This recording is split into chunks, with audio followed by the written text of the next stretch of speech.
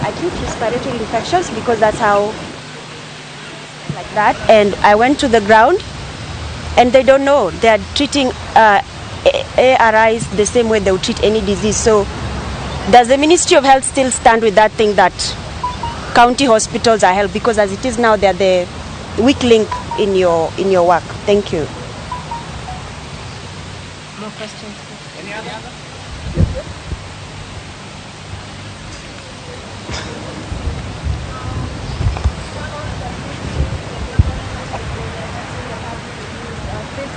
Or anybody who is attending a public gathering or using the public transport sector, my concern is on the knowledge on how to use these masks by the people. We've not been seeing so much of sensitization on how to use these masks, where to get them, because when you just do kind of like a spot check, the way it's recommended, like for example ensuring you wash your hands before using the masks, then it's not working that way. Number two, the CIS, you've said that people to start acquiring the masks before the government distribution. Again, the issue of the cost for these masks. Some are going for about 150, 100 bob. There's also a concern on the cost of these masks because of the economic impact regarding this pandemic.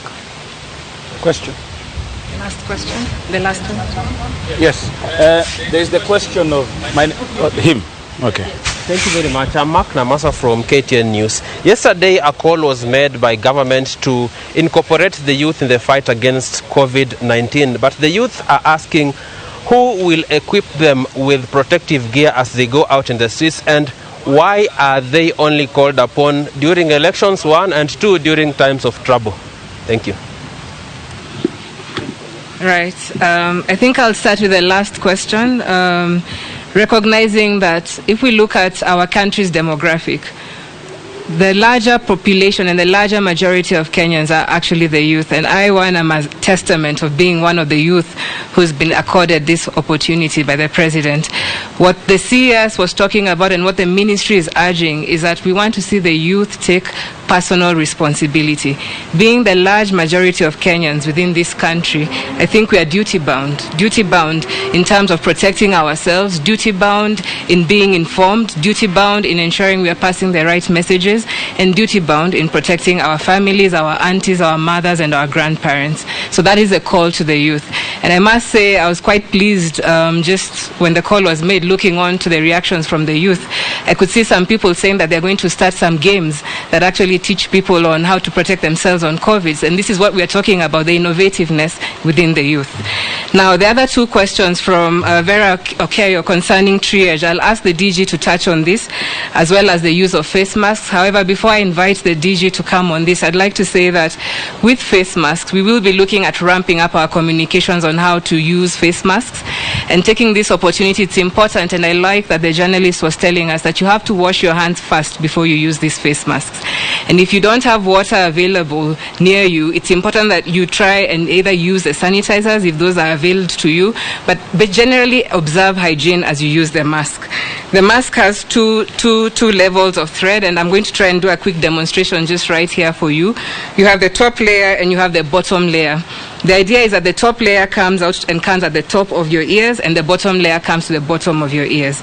The mask must cover your nose and mouth. I've seen members here even today, I can see masks hanging at the edge of the nose. That's incorrect. It must cover your nose and mouth at the same time.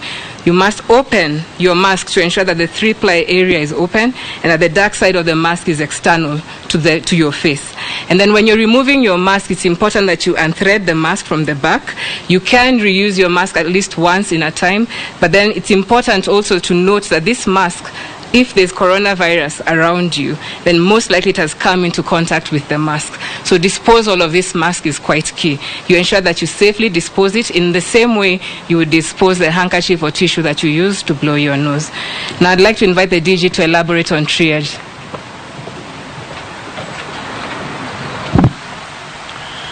Thank you, CS. I think this question was raised 2-3 days ago, and we agreed that training is ongoing. And because we are modifying the case definition for COVID after every few days based on the information that we receive from WHO and other areas, probably the most likely thing is that you enter a facility where the new guidelines have not reached. So it is our hope that very soon, because we also have to balance the need to be able to train the healthcare workers and also the retrain services to continue.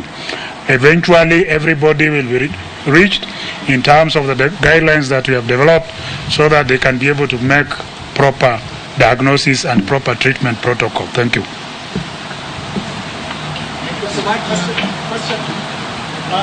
My name is Stephen Leto from Citizen.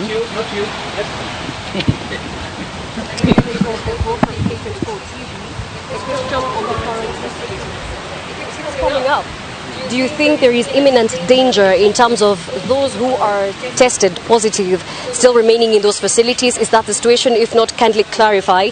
The question also on the extension of the quarantine period, who foots the bill? Right, so thank you for that question. Like we remarked today, 9 of our positive cases have actually been identified from the quarantine centers. And what this to us is a testament that the idea of putting in place mandatory quarantine was actually needed and useful to protect the community and to protect our country. What, however, we are doing is ensuring that the maintenance of social distancing and physical distancing within the quarantine centers is strictly adhered to. When we look at this disease and how it evolves as a disease, we're coming to learn that as soon as you're in contact with this positive case, the guidelines and the protocols guide us that we should then implement and institute quarantine for those members who come into contact. These are painful decisions. These are not decisions that we take upon lightly, and we do appreciate the anxiety it has caused. However, I think the DG should come in and elaborate and reiterate further on this issue of quarantine.